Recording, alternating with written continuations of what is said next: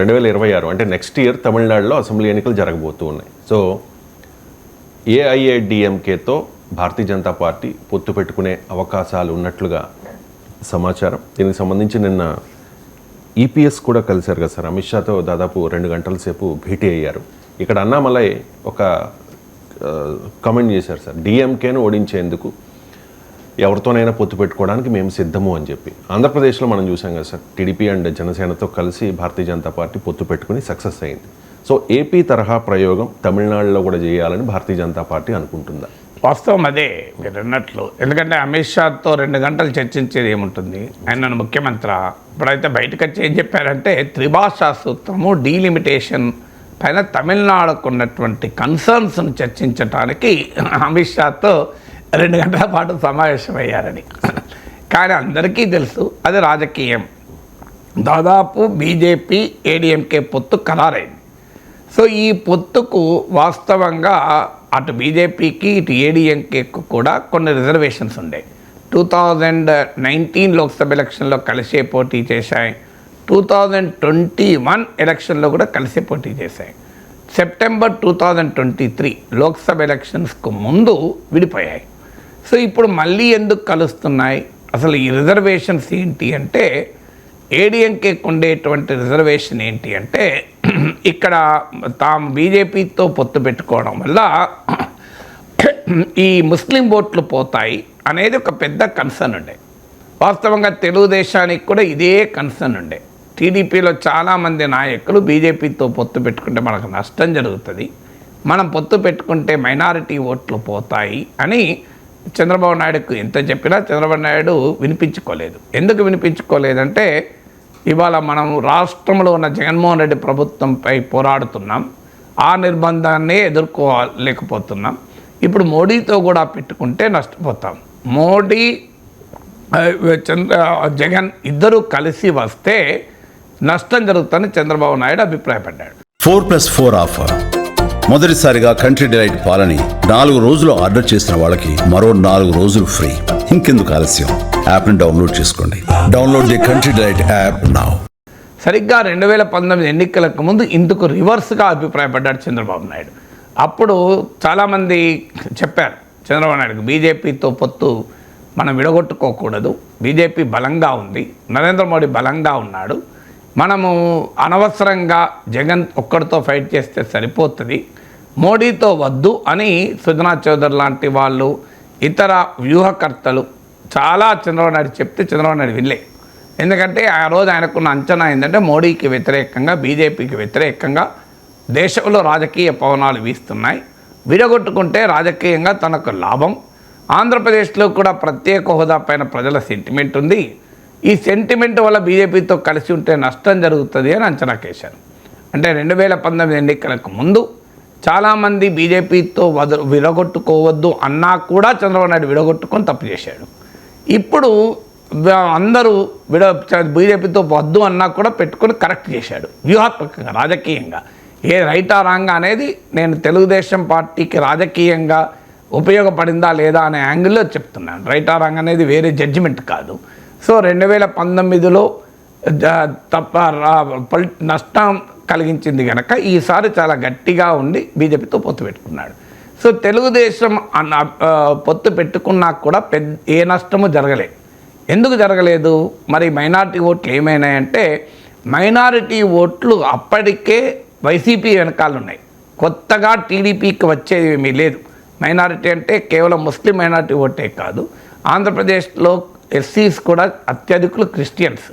So అందుకే మీకు Christian minority vote కూడా యాంగిల్లో తీసుకున్నా కూడా ఈ 2 సెక్షన్లు అంటే ముస్లింలు, ఎస్సీస్లు, ముఖ్యంగా ఎస్సీస్లో మాలాస్ వైసీపీ వెనకాలనే పెద్ద ఎత్తున ఉండేవి కనుక ఇప్పుడు కొత్తగా తనకు వచ్చే నష్టం ఏమీ లేదు. వాళ్ళు ఉండేవాళ్ళు అటే ఉన్నారు, ఎలాగూ అటు ఉండని వాళ్ళే ఇటువైపు ఉన్నారు కనుక. రెండవది, జగన్ పట్లున్న తీవ్రమైన వ్యతిరేకత వల్ల ఈ మైనారిటీ యాంగిల్తో సంబంధం లేదు, అన్ని వర్గాల్లో కూడా ఆ వ్యతిరేకత వ్యక్తమైంది, అన్ని ప్రాంతాల్లో కూడా ఆ వ్యతిరేకత వ్యక్తమైంది. రాయలసీమ లాంటి బలమైన ప్లేస్లో కూడా జగన్మోహన్ రెడ్డి తీవ్రమైన పరాజయాన్ని పొందాడు, ఈవెన్ కడపలో కూడా పొందాడు. అందువల్ల జగన్మోహన్ రెడ్డి పట్లున్న తీవ్రమైన వ్యతిరేకత మిగతా అన్ని అంశాలను పక్కకు పెడుతుంది. ఇది రెండవ అంచనా. మూడో అంచనా ఏంటంటే ఈ ఓవరాల్ పొలిటికల్ నరేటివ్లో ఆంధ్రప్రదేశ్లో బీజేపీ నెంబర్ 1 పార్టీ కాదు. బీజేపీ అలియన్స్ లీడ్ చేయడం లేదు. మీకు కర్ణాటకలో జరిగింది ఏంటంటే జేడీఎస్కు వెనకాలన్న ముస్లిం ఓటు కూడా బీజేపీతో పొత్తు పెట్టుకోవడం వల్ల కాంగ్రెస్ వైపు వెళ్ళింది. కానీ ఇక్కడ ఆ ప్రాబ్లం లేదు. ఎందుకంటే అక్కడ BJP major player, JDS junior partner. ఆంధ్రప్రదేశ్కి వచ్చే వరకు BJP junior player, TDP main player. TDP కాదు, జనసేన కూడా ఉంది. అందువల్ల బీజేపీ నిర్ణయాత్మక శక్తి కాదు గనక ఆ బీజేపీ పట్ల ఉన్న ఏదైనా వ్యతిరేకత తమకు ప్రమాదము తేదు అని తెలుగుదేశం పార్టీ అంచనా వేసింది. ఆ అంచనా కరెక్ట్ అని ఎన్నికల ఫలితాలు రుజువు చేశాయి. సరిగ్గా ఇప్పుడు అన్నాడీఎంకే కూడా తెలుగుదేశం అంచనాలను ఆధారంగా, ఆంధ్రప్రదేశ్ అనుభవాల ఆధారంగానే తమకు కూడా బీజేపీతో పొత్తు వల్ల లాభమే జరుగుతుంది తప్ప నష్టం జరగదు అనే భావనలో ఉంది. కారణం ఏంటి అంటే అక్కడ కూడా సేమ్ ముస్లిం మైనారిటీ ఓటు ఆల్రెడీ డిఎంకే వెనకాలుంది. కొత్తగా తనకు వచ్చేదేమీ లేదు. ఏదైనా ఉంటే డిఎంకే కాని వాళ్ళు తమకు ఓటేస్తారు. 2, స్టాలిన్ పట్ల కూడా తీవ్రమైన వ్యతిరేకత ఉంది కనుక బీజేపీతో పొత్తు అనేది ఒక ప్రధాన అంశంగా వచ్చి డిఎంకే వ్యతిరేకత యాంటీ ఇన్కంబెన్సీని దెబ్బతీయదు. యాంటీ ఇన్కంబెన్సీ ప్రివేల్ అవుతుంది ఆంధ్రప్రదేశ్ లాగాని. మూడోది, తమిళనాడులో కూడా బీజేపీ జూనియర్ ప్లేయర్. కర్ణాటకలో జేడీఎస్ అనుభవం తెలుగుదేశానికి లేదు, రేపు ఏడీఎంకే కూడా ఉండదు. ఎందుకంటే ఏడీఎంకే ఇది డామినెంట్ ప్లేయర్, బీజేపీ ఇది మైనర్ ప్లేయర్.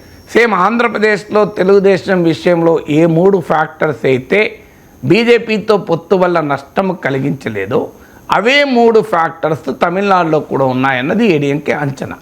ఇక రెండవ డైమెన్షన్ ఏంటి? సెంటిమెంట్.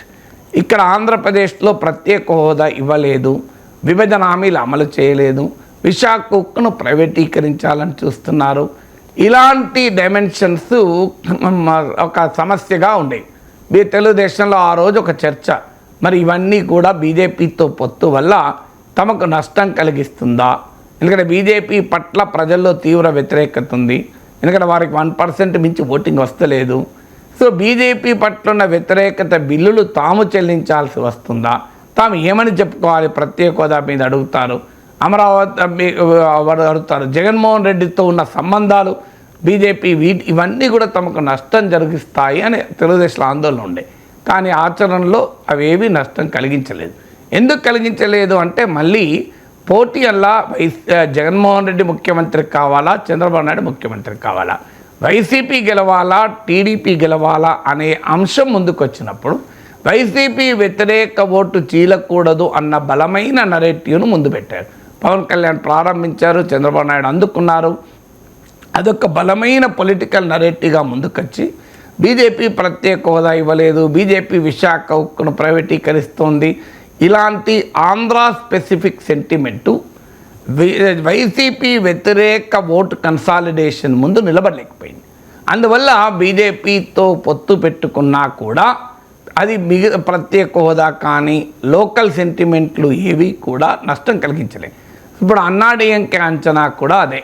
అక్కడ కూడా సేమ్ సిచ్యువేషన్, 3 లాంగ్వేజ్ ఫార్ములా పైన, డీలిమిటేషన్ పైన, నీట్ పైన బీజేపీ పట్ల వ్యతిరేకత ఉన్నా కూడా డిఎంకే వ్యతిరేకత ముందు ఇవేవి పనిచేయవు.